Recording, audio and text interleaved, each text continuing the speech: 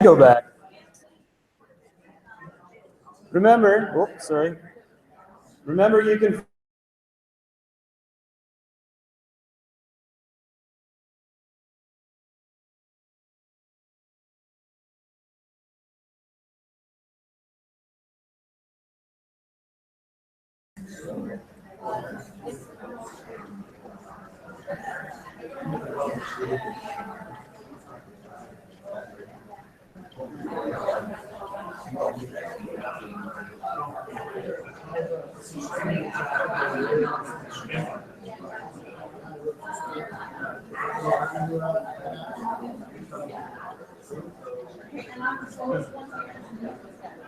No problem. They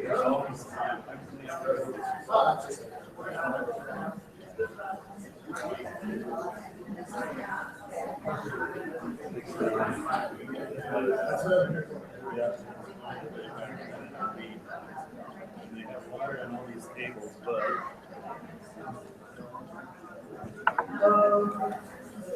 in here.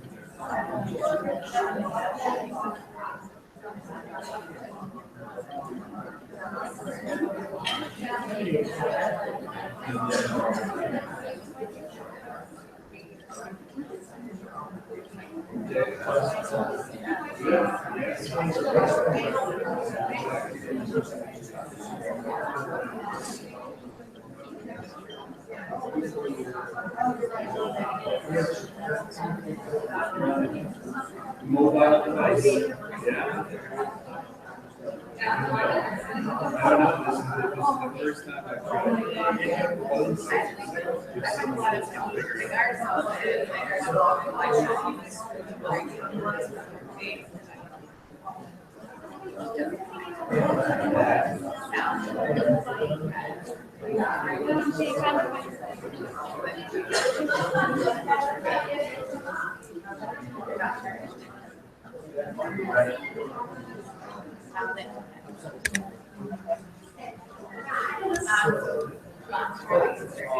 Yes. Yes, can you give it 20 seconds? Because I know that a lot of people in the room want to know what happens when the rocket goes up. The rocket. I'll be there. I know. I'll be there soon.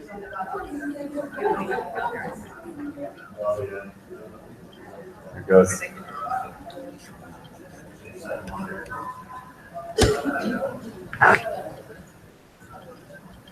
All right. Keep talking about yourself. It's okay. I just want to feel a couple questions.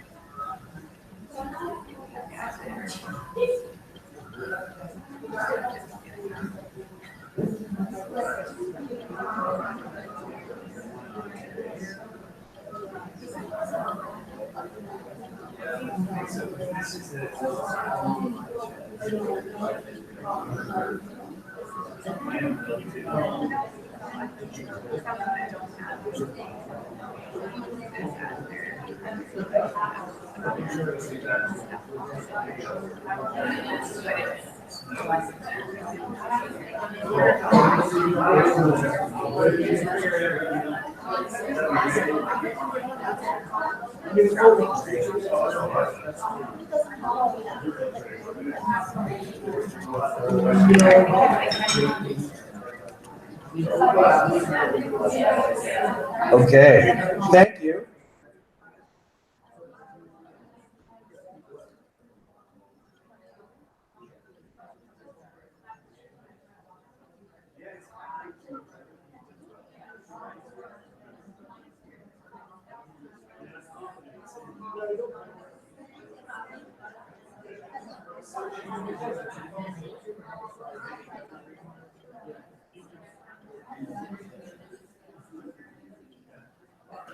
Okay, so this is great because some people can't join the live chat. And whenever problems like this come up, I get very excited because it means that someone in the room will probably solve it and tell me later. So I'm relatively new to the live chat.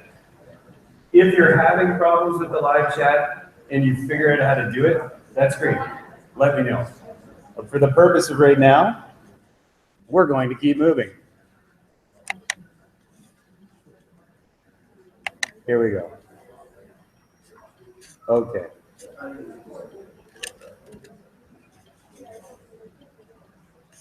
Let's see some of the feedback here. So we have how to make sure students are working and not playing games. Get everyone to the same point at the same time. Okay, good. Good. Inadequate distribution of school technology. Okay, so relying on schools for the technology. You see, different programs on different devices for limitations on devices. All right, well, if these are some of your concerns, and it genuinely seems that they are, you've probably shared these with other people in the room. You came to the right presentation then. Absolutely you did. Because I'll show you how we can start to integrate the use of these devices across multiple platforms, and also find a way to get technology into the hands of students if that's a real challenge. And here we go. Next. All right, so I talked about YouTube Live events and Google Hangouts on Air. But these are the challenges that I perceived. When I first started looking into this and started hearing people talking about this, because 6 years ago, me and a couple other people were tasked with pushing BYOD out to the entire board. And we had to figure a place to start. So we started with a couple of challenges. And those challenges were, this is a little further on now, but one of the main challenges were, how do we make these devices useful? Because you see them in the hands of students, and the students normally use them for two things that I've found. That's Snapchat and sending text messages, their devices. And when they're on a computer, there are concerns that they're going to play games. That there's concerns that they're going to waste that time. That's challenge number one. How do we make these useful? And challenge number two, how can you help make the smartphone smart again? Well, Matt, that's a really good question. These are the two main challenges, a little further on down the line. Let's take a look. How many people in here belong to a Google board? Quite a few. Anyone not belong to a Google board? All right. Okay. You know what? That's okay. That's okay. Don't feel ashamed. It's all right. There are options for you as well in making these devices useful and so on. Google Keep. Google Keep is one option that you can use to make a device useful make an app useful across multiple devices. So if they're on a desktop computer, if they're on their smartphone, if they're on a tablet, this will work across multiple devices. And right now, I'm going to show you how. So here we go. If you have an Android phone, you already have Google Keep on your phone. So if you have an Android phone, go into your apps, find Google Keep, open it up. If you have an iOS device, or iOS device, go into the App Store, download it, it's free. It's fun to play with. You can integrate it with your Google account, your pre-existing Google Apps for Education account, and you can do lots of other things with it, which I'm going to show you as well. Google Keep. Google Keep.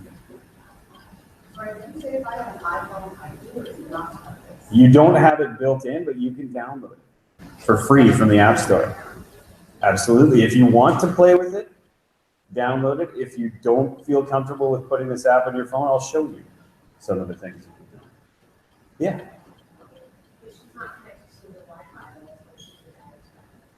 Right.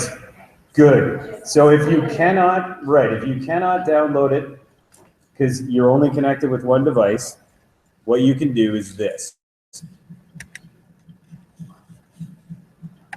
If you open a tab in Google Chrome and you are a Google Apps for Education user, you go over here to this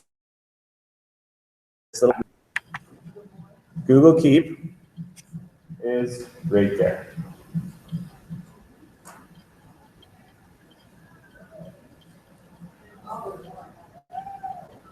There you go.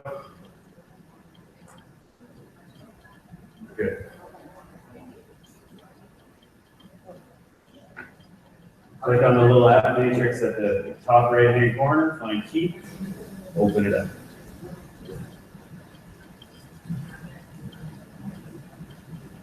Before we go there, what I used to shorten was this within Google, the Google URL shortener called goo.gl. This is a really handy app for students when they're doing research online. If they use this to shorten their URLs, it will save all the URLs that they enter in here. It will save them all. So if they're doing research for a paper, which is good in the case of me, because I'm a history teacher, I get them to add them in here, and it saves them all. If they say, oh my goodness, I didn't write that down, I didn't add it to my bibliography, don't panic. If you put it in goo.gl and shortened it, it's saved for you. You can find it later. This will also create those QR codes that I put on the presentation. Goo.gl. All right. Here's Keep. So like I said, I have a few reminders on the left-hand side here. The first reminder was this one.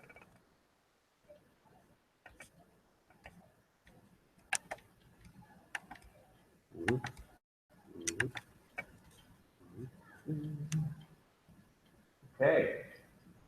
Teaching with text and basic functions of that. And this is a note that I took in Google Keep. There's a few different ways you can use Google Keep. I can access this on my iPad. I can access this on a desktop. I get reminders on my phone as well, which is in my pocket all the time. If you're offline, there are some solutions for you as well. If a student has a phone, they can take a picture. They can use note-taking apps in your classroom. They do a memo list, and so on. But let's take a look. Google Keep allows you to take voice memos. If you're running from one place to another and you need a reminder, open up a reminder, open up a note.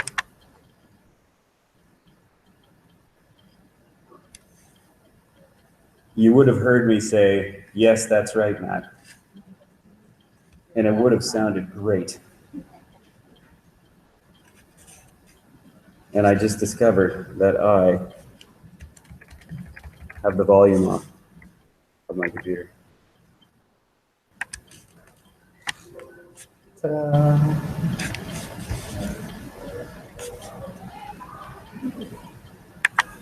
That's right, Matt. There we go. Does it do voice to text?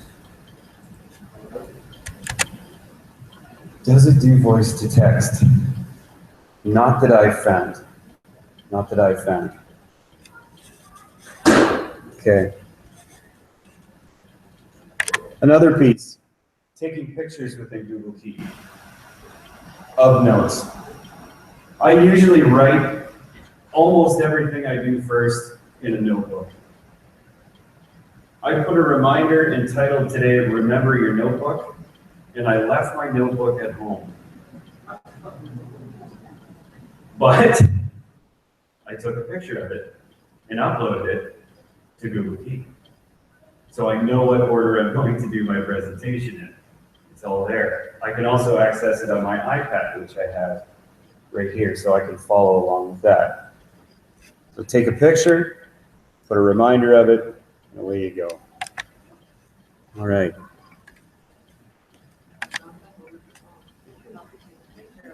Right. If a student wants to do anything at all on paper these days, I tell them, take a picture with your phone, upload it to Keep, upload it to Drive, put it in a file with the name of our class on it. If you ever lose your textbook, or sorry, your notebook, you have a copy of it. I also say it's fine to hand in paper. And with that paper is take a picture of it and then share it. I'll receive it that way. It gets them used to using that interface. Another challenge that people are talking about is not having enough tech around. So the one-to-one challenge. Now, I've heard this before, and I've run into this challenge. Does anyone teach learning strategies in the room here? Ever taught learning strategies? Yes. The tech version of learning strategies? No? Okay. So this is the challenge I was presented with when I started teaching learning strategies 7 years ago. Was that kids would come into grade 9 and they wouldn't have the computers that they were assigned, and some of them might not even receive those computers the entire semester from their grade 8 school. So I had to figure out something to do. Luckily, computer departments and computer tech departments in high schools usually have old tech laying around. They usually have it somewhere. There's entire warehouses that are bored, or warehouses that are bored of old stuff that people just didn't use. There were 7 smart boards in our school that no one was using. They were just sitting there gathering dust. So I said, hey, can I use that smart board? Absolutely you can. I got it mounted in my room. I was able to use it. Now, one of the fun things that I did was some of my students in learning strategies class was to get them to load new operating systems, free operating systems like Linux, like Windows 10 when they were offering it, onto old devices if they wanted to use a computer. And so you can see there's a giant heavy Durabook. There's a very small 8-year-old Samsung netbook on the right, which works fairly well at running Google Chrome. And then of course I have the iPad.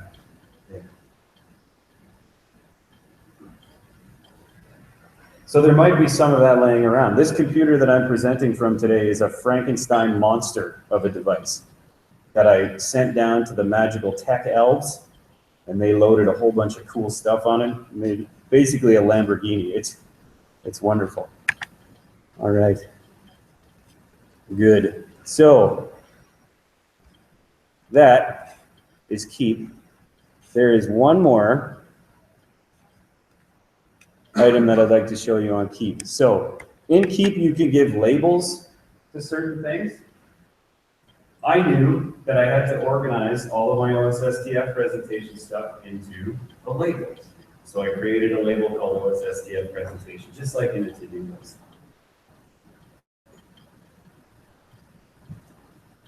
Okay.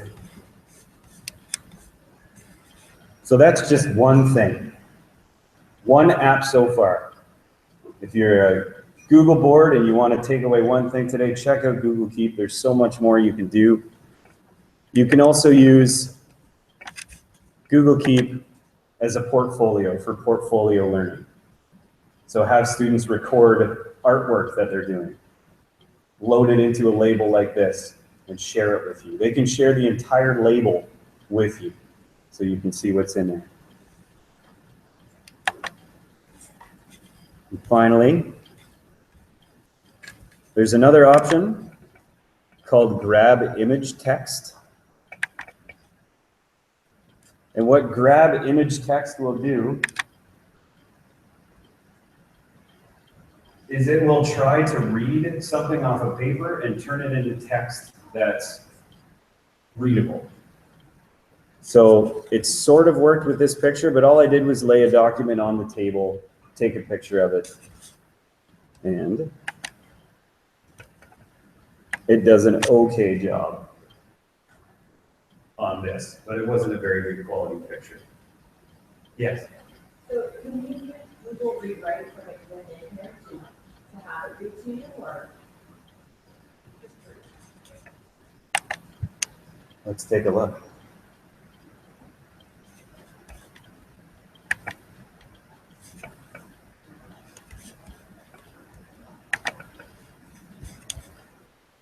Gonna ask me to choose some text. It's trying to read the whole page.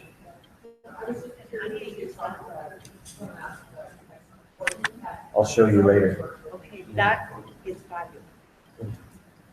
Okay, how are we doing for time? We're okay. Super. All right.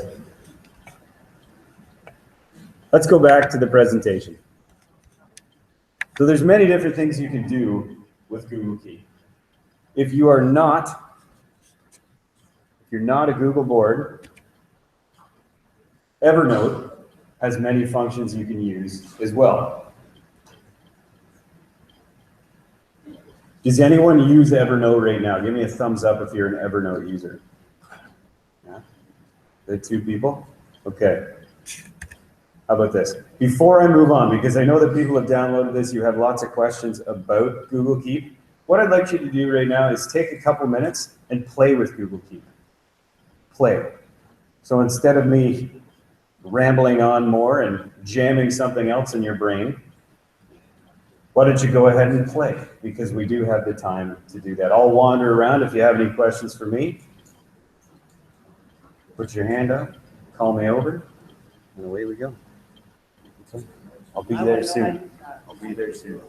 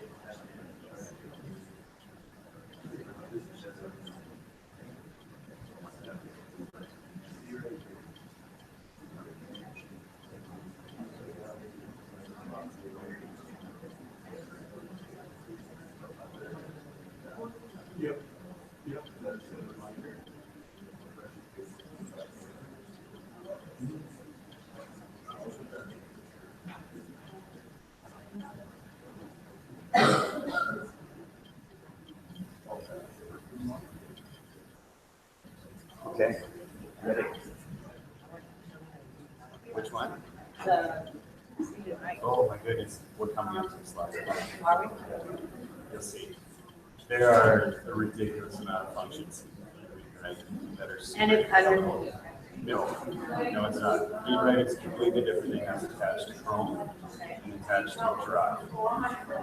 And there are many functions.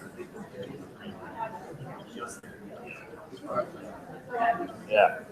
Yeah, if you go into Drive, you'll see the redirects in there if you have the web browser.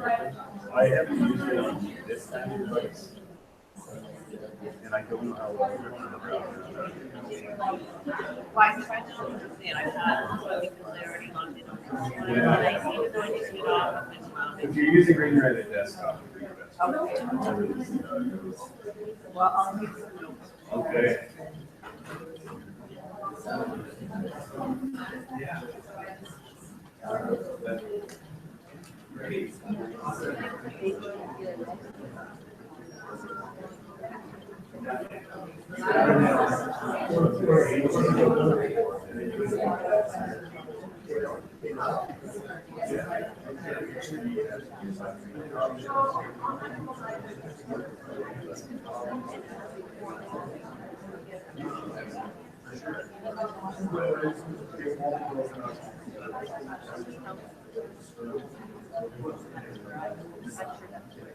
Yeah, sure. Yeah.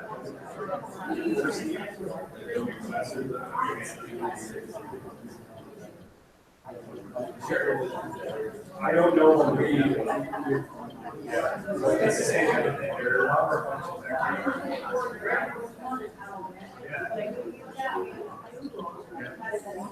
Yeah. Play. Yeah, play. So it was. I don't know.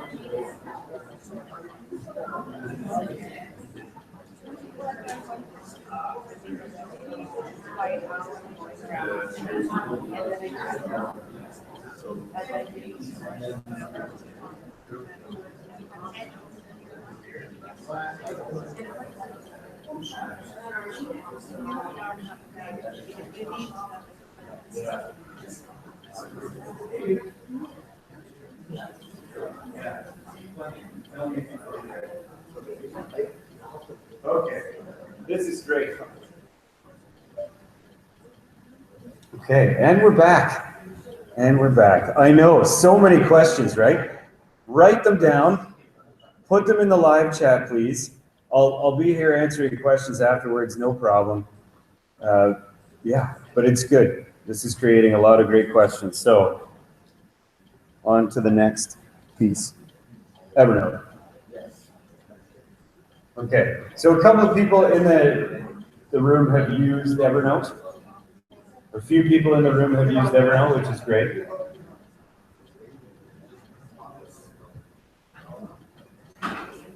There's also Nimbus Note. This is Nimbus Note. You don't have to. Between Evernote and Google Keep, I found them way more functional than Nimbus Note. Yeah. Okay. And for those who like straight up task lists still, Gtasks is an app that costs, I think it's $5 for the full functionality of Gtasks. If you still use Google Tasks within your email, this is an excellent app. This is what I use. I talk a big game about the other ones, but I love Gtasks because my brain still operates on the premise of I need to prioritize an individual task at a time, and I know that one at the top of the list is the one I have to get done first. And the wonderful thing about this is I can see it in Google Calendar, I can see it in email, I can see it on my phone, and I can see it on my iPad. So that's great for me. Wherever I am, I can get those reminders.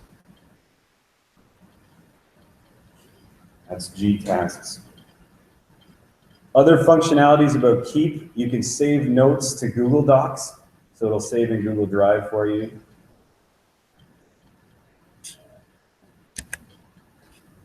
And if you're using tasks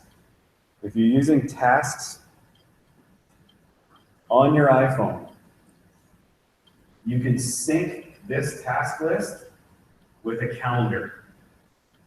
So the calendar on your phone, you can sync it with Google Calendar as well. I don't know about Outlook Calendar, but I do believe you can. So if you're using this already, keep using it and sync it with other apps that you're using. And that comes back to the multiple device. Now, in my learning strategies class, my students had to demonstrate these organizational skills.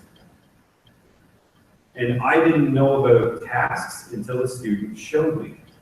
So she said, Mr. Arnold, I'm already using tasks on my phone. Do I have to use Google Keep? I said, absolutely not. Just show me how you're doing it. Then she showed me how to do screen capture on an iPad. which is great. I learned from her. And then I got to looking at it more, and you can sync it again with Google Calendar. So she can actually share all these things with me and demonstrate her understanding of organizational skills in class.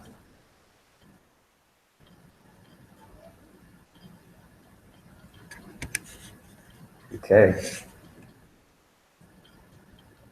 Now, here we go. If you use Google Drive, chances are you have Read and Write and the functionalities of Google Read and Write embedded in that. You could do a lot of things with Read and Write, which is great.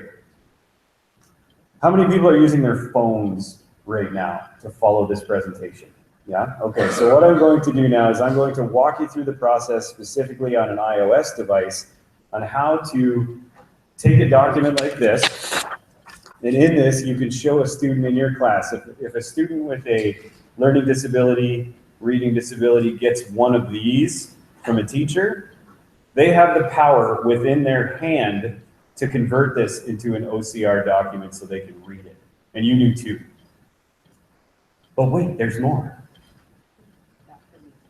So we're going to do this step by step. If you have an Android device and you're on it right now, what I'd like you to do is go into Google Drive. Go into Google Drive. If you have an iOS device as well, you can go into Google Drive and do the same thing. Open up Google Drive on your iOS device. This last symbol here is something called Evernote Scannable. Evernote Scannable, it's a free app from Evernote that syncs with your Evernote account where you can turn a document instantly into a PDF, and a readable PDF, if you're on the go. If you don't want to go into Google Drive and go through all the steps that put it in the folder and all that, Scannable will do it like that. And it syncs with your Evernote account as well. So if you are not a Google board, this is a good option for you. There are Microsoft boards out there, and if there is another function like this, it's called Microsoft Office Lens. Microsoft Office Lens, which syncs with your Microsoft account. All right, thumbs up if you're in Google Drive right now. Super duper. Okay, and here we go.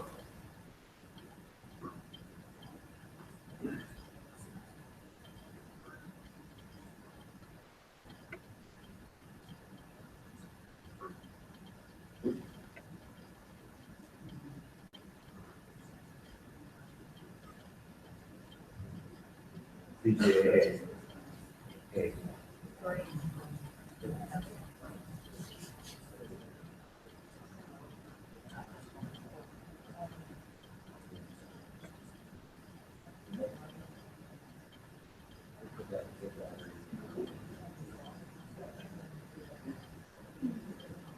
Love a challenge.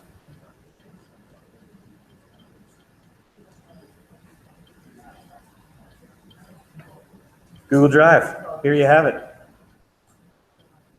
So now, all I do is this. I go to plus.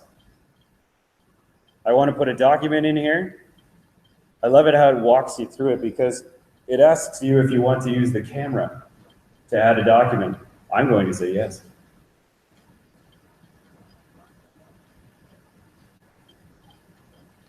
Make sure your finger is not on the camera.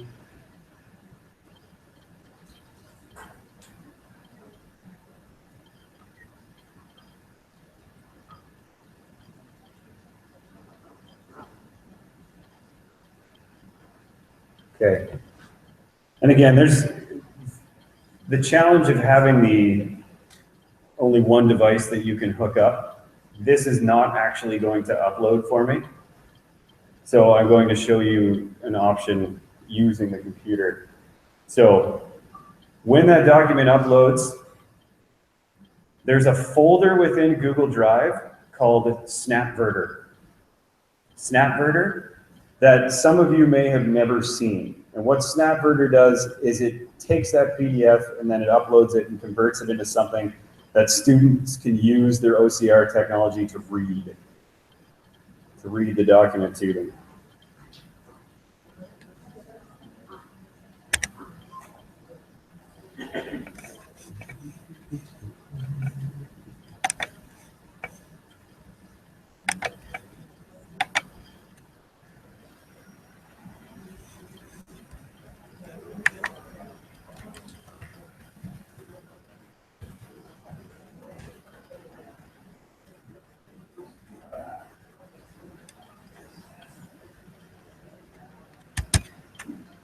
Okay. So,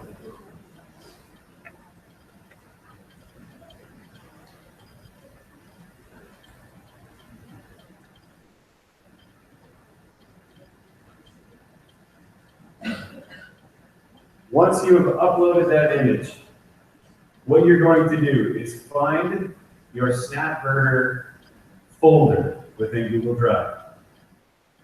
You can drag and drop the document that you just uploaded into the drop files here to convert folder. The drop files here to convert folder. It will make its way through. It will go to the in progress folder. It will go to the finished folder or the failed uploads folder.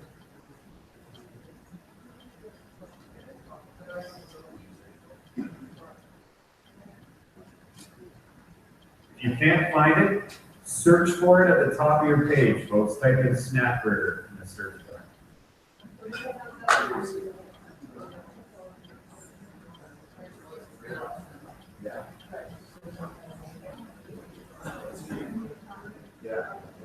If you don't have it within your folder, you may have to go into the Chrome Web Store, folks, and you may have to enable it. You may have to log into Read and Write. You may have gotten a notification when they originally put Read and Write onto or into Google Drive, and you said no to it. You said not allow or cancel.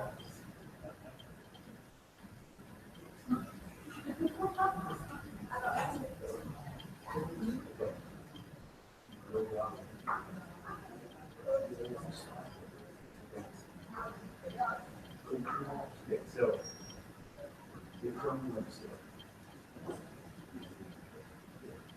it should work better. Yeah, so it's a bit confusing.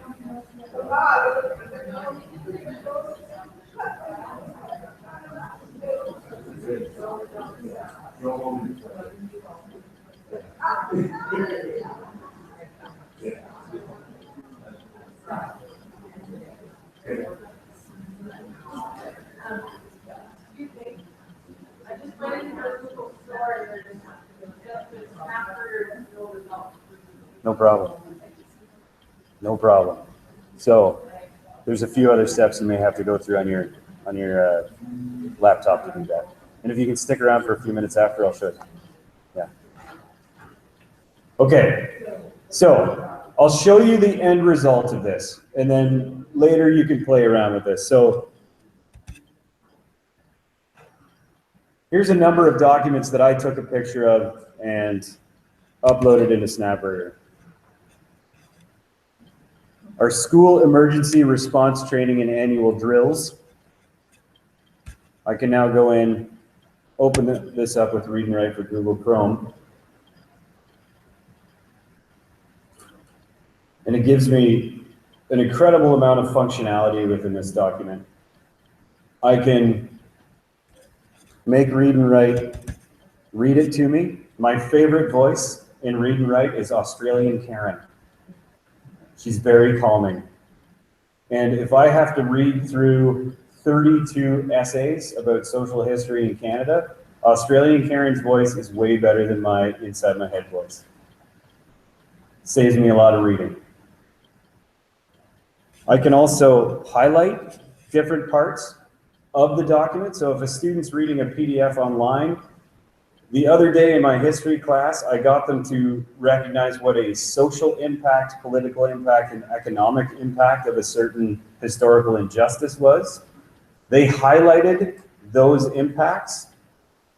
And what they did afterwards was they went to this button here, which is collect all highlights. That put that on another document that showed them the different pieces that they categorized into social, economic, and political impacts.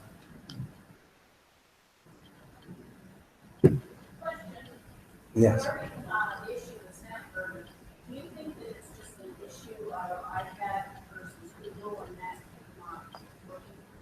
I haven't really used it on the iPad.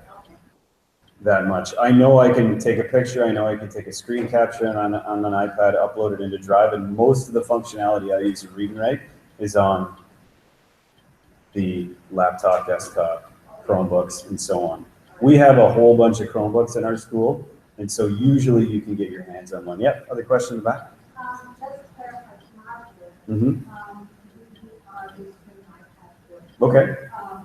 You have to activate it on a browser on the computer, which then creates the Google functionality on the iPad. However, the board also needs a licensing. So it has to, you might not have it available to you. That's right, and there's a special keyboard that pops up on an iPad as well that gives you all these functionalities, and you have to go in and choose the keyboard. Like if you're in a web browser, if you're in a document, and so on. Yeah, thank you. Thank you. All right. So much. So much. Okay. Read and write. We talked about that. That's something else you can play with. The Google URL shortener. And finally, if you have Google Drive, if you have Microsoft OneDrive, and so on, if you want to use one thing going forward from today, check out the functionalities of Google Drive. You can share resources, you can use SnapRiver, you can upload written notes, and you can sync that with Google Keep as well. You can create documents, you can write a paper, you can do spreadsheets. There's a few other extensions you can get for it. There's a program called Lucid Chart and Lucid Press, which is mind mapping software. Lucid Chart is a really powerful publishing app that has almost as much functionality as Microsoft Publisher. And if you're a Google board, Lucid Press is free. Again, try one thing after today. Just one thing.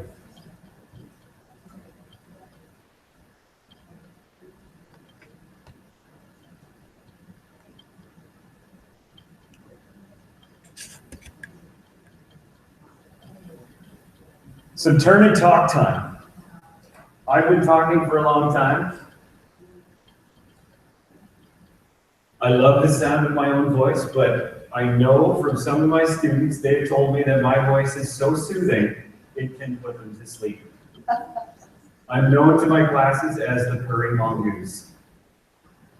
That purr will put you to sleep. And I love the sound of my own voice, but now it's your turn to be heard, folks. So what I'd like you to do is turn and talk. Which apps or devices have you used? What do your students think about learning strategies if you teach learning strategies? Discuss some of your BYOD successes and challenges, and add a comment to the YouTube discussion. Go.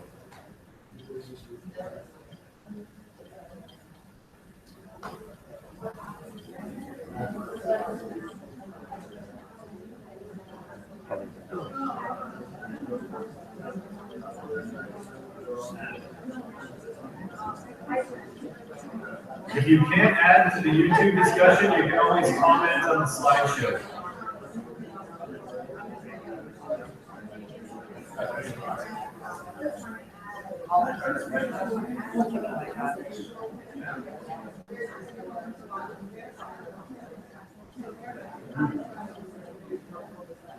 I wish that I could.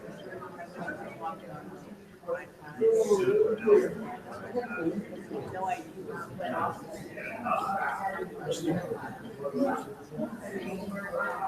No, I wish I had that. And that's the case.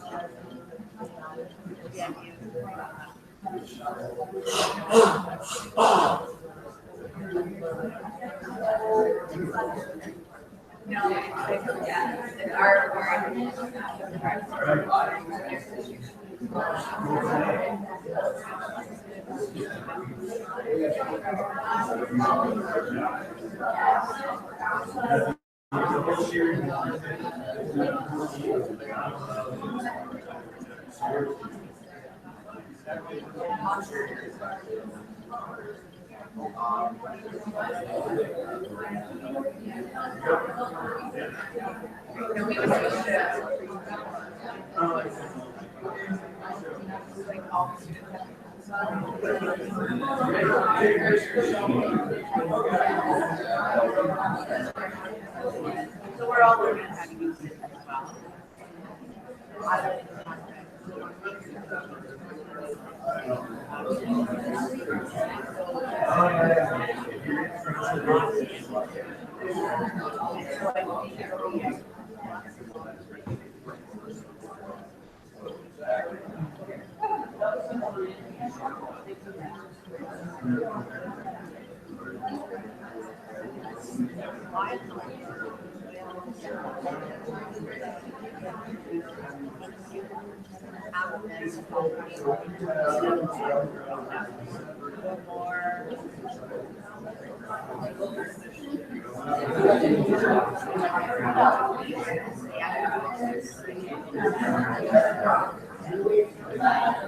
I find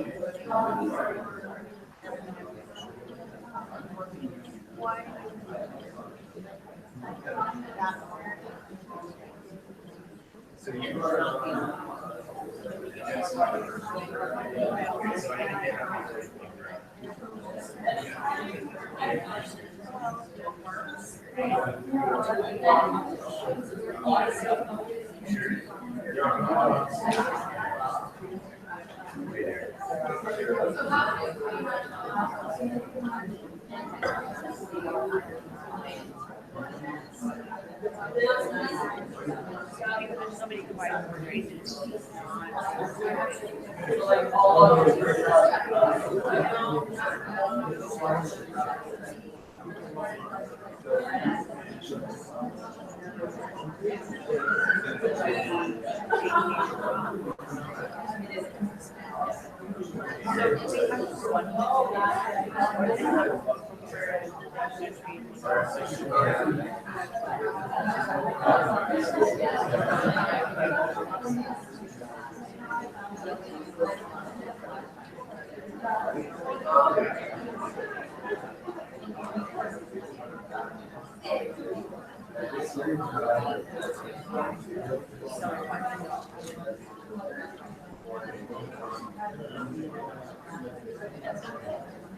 I believe that is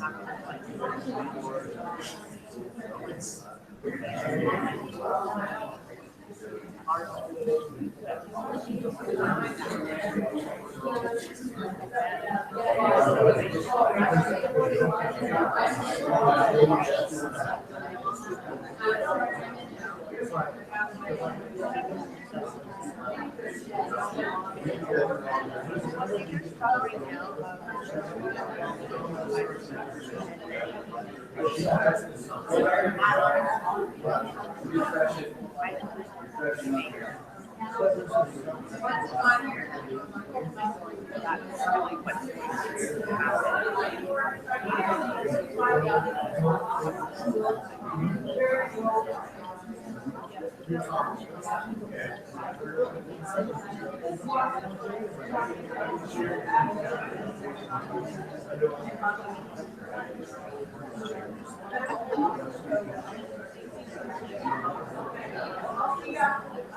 That's really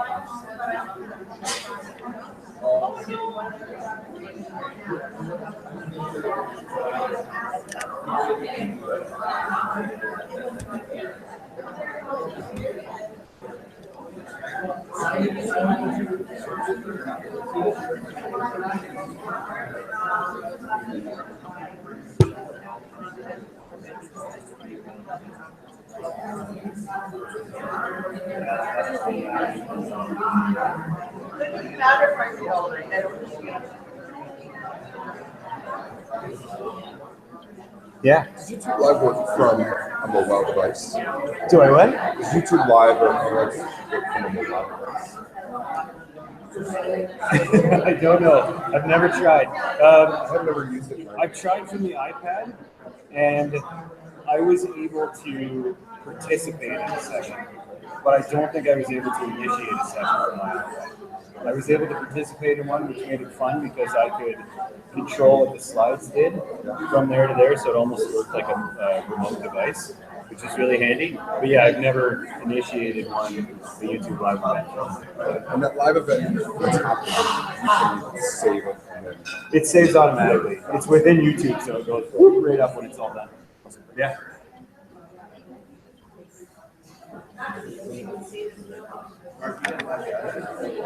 What's that? You're getting back at it now, eh? Yeah, you're heading out? No. Oh. Quick question. Sure. So I do section 23. Yeah. Major push in that. I would spec ed. I could hear you spec ed in your lecture. So Yep. I was Yeah, at that's 7 right. years, right? Major push is learning skills. Mhm. And I saw you had a GLE folder up there. I'd love to get. I'd Yeah. love to get like something or some information or what Sure you thing. push. Is that all right? Yeah, I can do that. Yeah, let's collab for sure.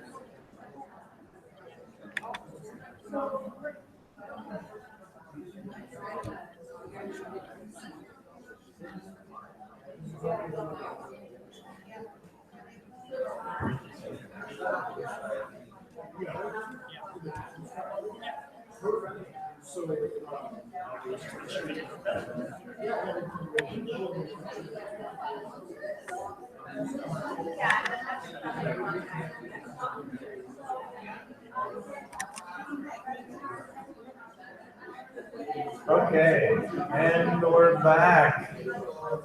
Good. I know there's so much conversation going on. There's so much.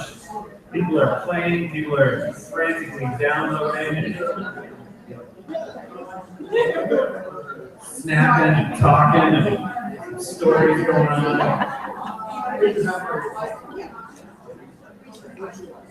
One other piece before I move on to the final questions and before we close up the session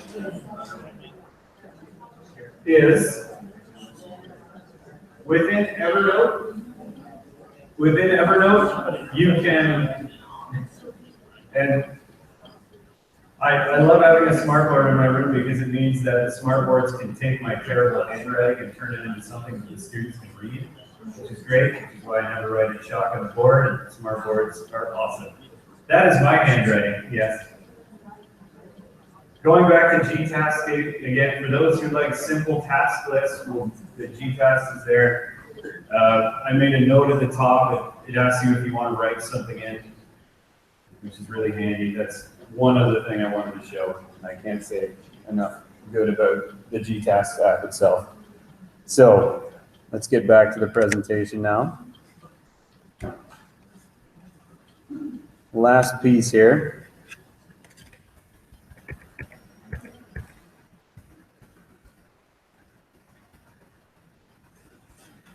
So I work in the Upper Grand District School Board, and a lot of this presentation stemmed from teaching the learning strategies class, but the lessons of the learning strategies class could go well beyond that class itself. And I've run into many challenges with the students in that class, with the parents of the students in that class thinking, you're not teaching them anything. You're not showing them anything. They have these computers here, they're not doing anything with it. So my question was, there has to be a root issue to this. So I come from a customer service background, a background of 14 years in customer service that I've worked in, some with a big green machine, enterprise rent-a-car. Anybody else work for enterprise rent-a-car in here? No? No? Just me? All right. Yeah. The big green machine chewed me up, spit me out, but I learned a lot of good things about that. I learned how to listen to students, and I learned how to think, okay, what's the root cause? What's the root problem here? So I had to find out some answers from students in the classroom as to what's going on. Why aren't your devices? Why aren't you using them for this and that and the other thing? And I wanted to find out if students felt centered out about being provided with a device. And in the past, they've been the only ones in the classroom who had the devices. So does that embarrass them? Do they look at them and go, oh, that's the kid who needs a computer to learn? In a one-to-one, in a BYOD situation, that stigma goes away. And the students start to learn from each other. And what it does in my class is I try to empower them to be the teachers, to go into the classes and tell their friend, don't panic. Don't panic. Take your hands off the keyboard for 10 seconds and the computer's probably gonna fix itself. And these kids, these learning strategies kids are also going up to teachers and saying, I can help you with that problem. So it's a confidence builder. It's a real confidence builder to make you do that. So I asked them some questions on a simple Google form. How does having a computer make you feel? 71.4% of them said it helps me learn, which is great. I didn't know this. These are very basic questions. There weren't any details after that. So I use my computer all the time in every class, in some classes, and never it stays at home or in my locker. 64.3 of them were using them in some classes. So I have to ask, why are they using them in all classes? They're supposed to be. Why do you not take that computer out and use it all the time? And how does being in learning strategies make you feel? 92.9% of them said it was great. So I'm either a really excellent teacher or they don't have a problem with it. I like to go with the first one. Then they must be getting something out of it. So other students must get something out of it as well, must get something out of these devices. So where do we go from here? Great question. So could these apps be helpful outside of a learning strategies class? Could you see using them in your classroom? Would you use any in your day-to-day life? Are you using any already that make you really successful, that help support your learning? Which apps would your students use? And you can answer your question or add your answers to the live chat. I'll go back to this. I'll go back to this because it's almost time to close things up here. We have about 6 minutes left. And I'll go back to the questions that I'm attempting to answer through my study of this, through the ongoing study of this, through feedback from people, feedback from students. How do we make devices seem useful to students?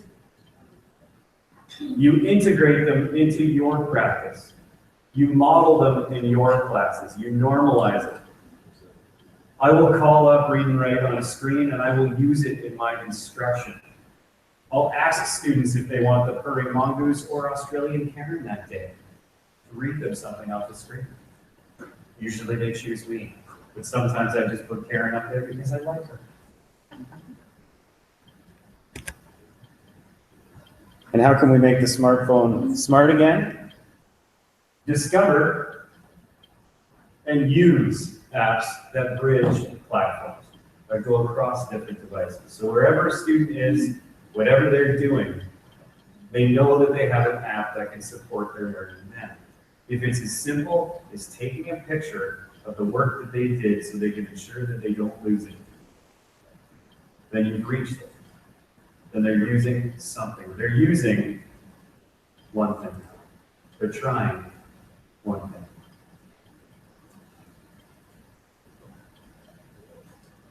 Finally, play with these apps.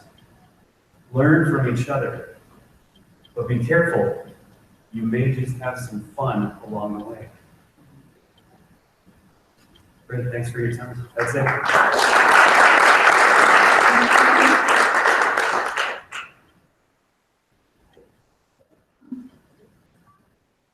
Thank you, Andrew. Thank you. Sorry, Matt. All right. Yeah. Thanks.